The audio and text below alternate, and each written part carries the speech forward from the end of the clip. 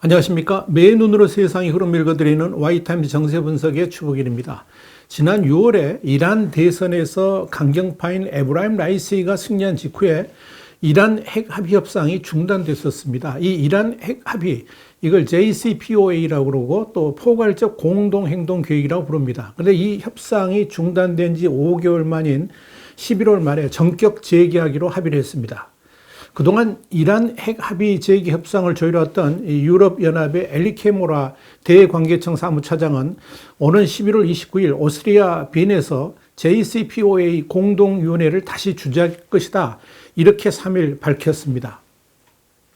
이란 측의 수석 협상자인 알리 바케리 칸의 이란 외무부 정무차관도 우리는 11월 말 전에 협상을 시작하는 데 동의한다라고 밝혔습니다.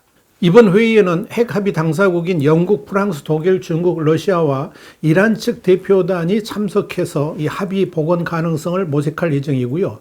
미국은 유럽 측 중재자들을 통해서 간접 대화 방식으로 협상에 참여합니다.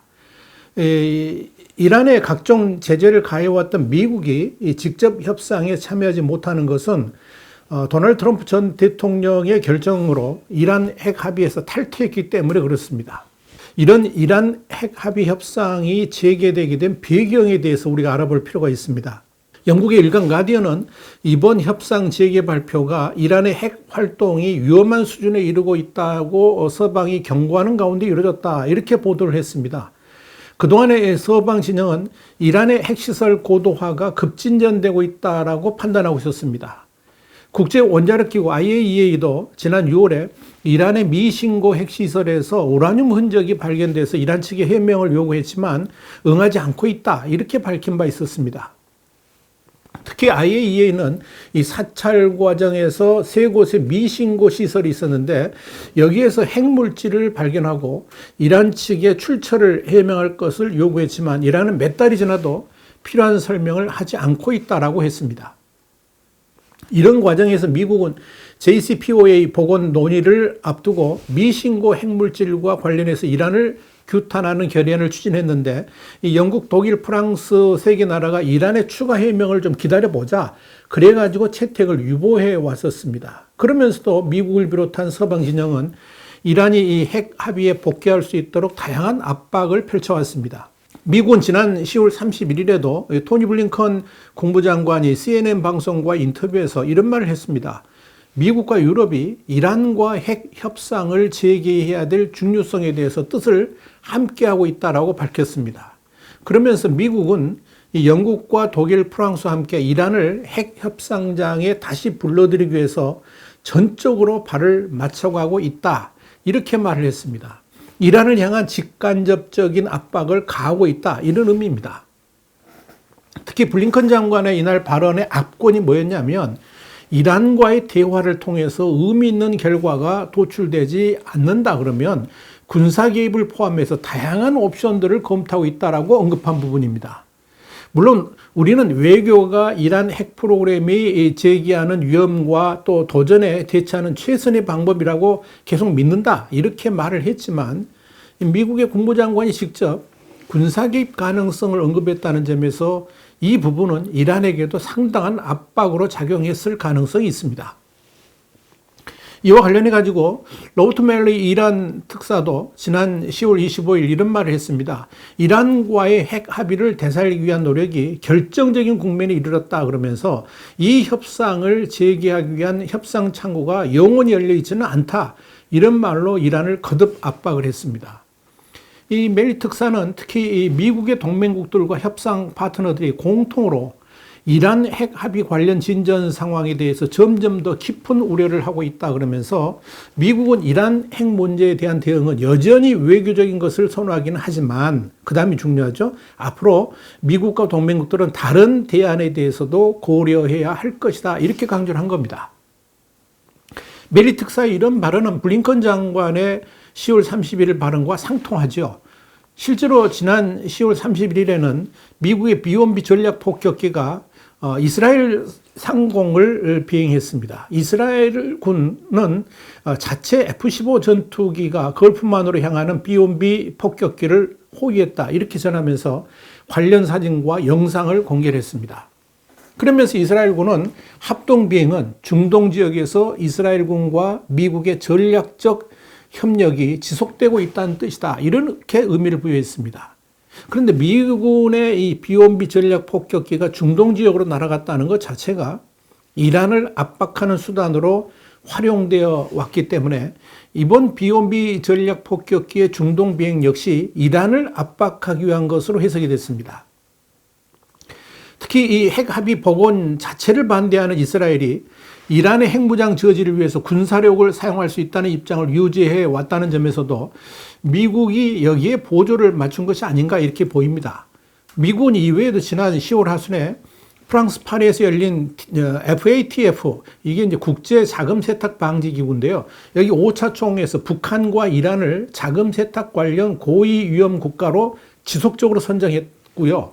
미국 재무부는 10월 29일 이란 혁명수비대 무인기 사령부를 이끄는 사이드 아가자니 준장과 무인기 관련 업체 2곳을 제재한다라고 발표를 했습니다. 재무부는 이들의 미국 내 자산을 동결하고 모든 금융거래를 차단하는 한편 이들과 거래하는 외국인들은 미국의 제재를 받을 수 있다라고 경고를 했습니다. 그리하는데 이란에 대한 제재를 계속하고 있는 미국이 또 하나의 카드를 얹은 셈이 된 겁니다. 미국은 더불어서 지난 10월 20일 존 커비 미 국방부 대변인을 통해서 시리아 남부 알탄프 미군 기지에서 발생한 드론 공격의 배후를 이란이라고 이렇게 지목을 했습니다. 미국의 언론들에서는 여기에 대한 미국의 보복 공격이 있을 수도 있다는 보도까지 나와서 이란과 미국 간의 일촉즉발의 위기감까지 나돌았습니다. 이런 가운데 이란에서는 지난 10월 26일 테헤란을 포함한 이란 전역의 주유소 전산망이 한때 마비되는 일이 벌어졌습니다. 이것 때문에 이 수도 테헤란에서 차량 주유가 전면 중단됐습니다. 이란 국민들은 통상 이 국가가 발급한 주유 카드를 이용해 가지고 차량에 연료를 넣게 되는데 이 카드를 사용하게 되면 공시 가격보다 50% 정도 저렴하게 주유를 할 수 있습니다. 그런데 이 사이버 공격을 받은 주유소 전산망이 올스톱되면서 엄청난 혼란이 일어난 겁니다. 이뿐 아닙니다. 이날 이란의 주요 고속도로 전자 광고판도 사이버 공격을 받았습니다. 광고판에는 한때 우리의 휘발유는 어디 있나 이런 최고 지도자와 지도부를 비판하는 문구가 게시되기도 했습니다. 이란 정부 당국은 이 해킹 사건이 이스라엘이 아닌가, 공격 배후가 이스라엘이 아닌가 이렇게 지목을 했습니다. 이스라엘 매체 하레츠는 이스라엘이 과거에는 이란 핵 프로그램을 억제하기 위해서 핵시설 등을 직접 해킹했다 그러면 이번에는 이란 중산층의 일상생활을 어렵게 만드는 방향으로 해킹의 전략을 틀었다라고 분석했습니다. 그러면서 이란은 이스라엘과도 한판 붙을 수 있다는 위기감마저 나돌았습니다. 또 호르무즈 해협과 이어지는 오만해에서는 미군과 이란의 혁명수비대가 대치하는 일도 벌어졌습니다. 미군이 이란 원유가 실린 유조선을 납포하려 했다고 이란 측이 주장한 겁니다. 그런데 미국은 실제 선박을 납치한 것은 이란이다 이렇게 반박을 했습니다. 3일 국영 IRNA 통신 등에 따르면 이 혁명수비대는 이날 이란과 인접한 오만해를 지나던 유조선을 납포하려는 미국의 시도를 무력화했다 그러면서 미군의 납포 시도를 파악하고 즉각적으로 대응해서 유조선을 이란 영해로 들여왔다라고 전했습니다. 그러나 미국 측은 정반대 이야기를 했습니다. 이란 해군이 베트남 국기를 단 유조선 MV 사우시스호를 납포했다고 폭로를 했습니다. AP통신도 선박 운항 정보 사이트 마린 트래픽을 이용해서 이 MV 사우시스호가 현재 어디에 있느냐? 이란 남부 반다르 아바스 항구에 있다, 정박해 있다라고 전했습니다. 그러니까 이란이 납치됐다 하는 이야기죠. 호르무즈 해협과 이어지는 이 오만해는 이란이 제재를 피해서 원유를 수송하는 주요 항로입니다. 이곳에서의 군사적 긴장도는 여전히 높은 지역이다 이렇게 말씀드릴 수 있습니다. 미국의 제재 속에서 이란은 중국과 시리아 같은 나라들하고 오만해를 통해서 원유 거래를 하고 있습니다. 이렇게 중동은 지금도 일촉즉발의 살얼음판 같은 위기 상황을 지나고 있다 이렇게 보시면 됩니다. 이런 가운데 이란은 미국의 경제 제재로 인해서 국가 경제도 어려운 가운데 군사적 위협까지 받게 되면서 결국은 미국이 원하는 대로 이란 핵 합의 복원을 위한 협상장으로 돌아오게 된 것이 아닌가 이렇게 보입니다. 그런데요, 이란이 이렇게 미국의 압박에 의해서 어쩔 수 없이 핵 합의 협상장으로 돌아오면서도 국민들에게는 반미를 선동하고 있습니다. 이란이 미국의 압박 때문에 핵 합의 협상장으로 끌려 들어가는 것은 아니다. 이런 일종의 대국민 선동을 하고 있다. 이렇게 보시면 될 겁니다. 우선 4일에는 테헤란의 옛 미국 대사관 앞 도로에서 미국 대사관 점거 42주년을 기념하는 대대적인 반미 집회가 열렸습니다. 여기에 모인 이들은 미국을 타도하라, 미국의 죽음을, 이런 구호를 목이 터지라고 외쳤습니다. 심지어 많은 어린이들도 부모 손에 이끌려서 집회에 참여할 정도였습니다. 이란은 그러면서 미국에 대항하기 위한 외교적 행동도 보였습니다.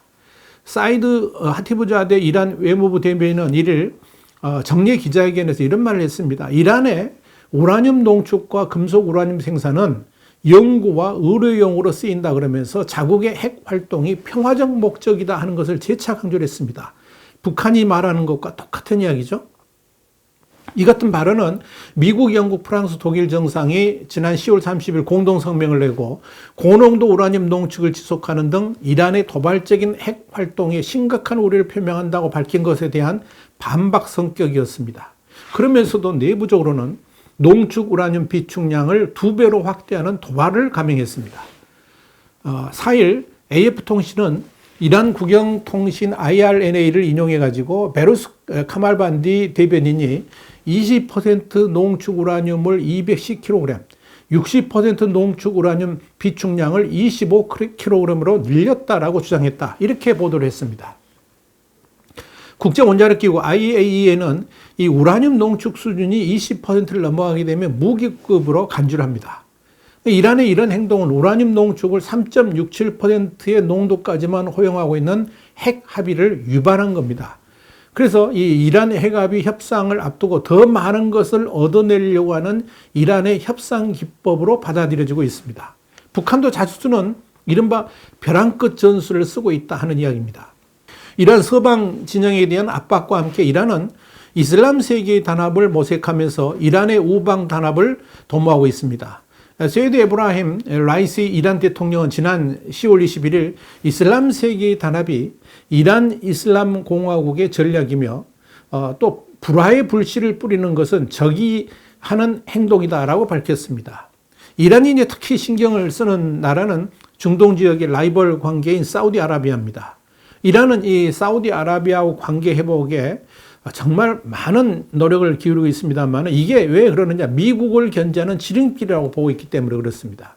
그런데 정작 사우디아라비아는 갈수록 미국의 경도된 외교 정책을 채택하고 있습니다. 미국도 4일 사우디에 6억 5천만 달러 한 7,700억 원어치의 중거리 공대공 미사일을 판매했습니다. 사우디는 예멘 내전에 개입해서 무인기 같은 무기를 이란으로부터 지원받는 현지 후티 반군하고 대치 중입니다. 자, 상황이 이렇기 때문에 사우디아라비아하고 이란과의 관계 회복은 이란만의 헛된 꿈일 가능성이 아주 높습니다. 이란은 또 이런 외교적 공백을 메꾸기 위해서 중국과 러시아하고도 공조지를 다지고 있습니다. 중국 외교부는 4일 세르게이 라브코프 러시아 외교차관과 전화 통화에서 이란 핵 문제에 대한 심도 있는 의견 교환을 해서 광범위한 공통인식에 도달했다라고 밝혔습니다. 이란 핵 합의 협상에 중국과 러시아가 측면 지원하겠다는 의미입니다. 그만큼 이란도 핵 합의 협상 재개 상황이 초조하고 중국이나 러시아의 도움이 필요할 만큼 상황이 그리 좋지 않다는 것을 뜻합니다.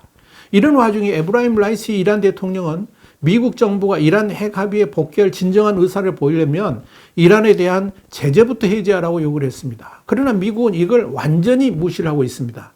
이란 핵 합의를 복원하고 그 합의를 제대로 이행할 경우에 제재도 해제할 수 있다는 강경한 입장을 표명하고 있는 겁니다. 이란의 이 제재 해제 문제는 북한도 눈여겨보는 대목입니다. 이란이 핵 합의를 제대로 이행하지도 않았는데 만약 미국이 협상 재개를 위해서 제재 해제를 해준다 그러면 북한에게도 좋지 않은 시그널을 보낼 수가 있습니다. 그런데 미국은 이란에게 단호했습니다. 이건 북한에게도 마찬가지 신호를 보내는 것이다. 이렇게 말씀드릴 수 있습니다. 이런 점에서 우리가 이란 핵합의 진정 과정에 대해서도 관심을 기울여야 되는 것이고요. 그 진정 과정이 북핵 협상에도 그대로 적용될 수 있다는 점에서 주목하지 않을 수가 없는 겁니다. 화이트타임즈 정세 분석이었습니다. 다음 주에 다시 뵙겠습니다. 감사합니다.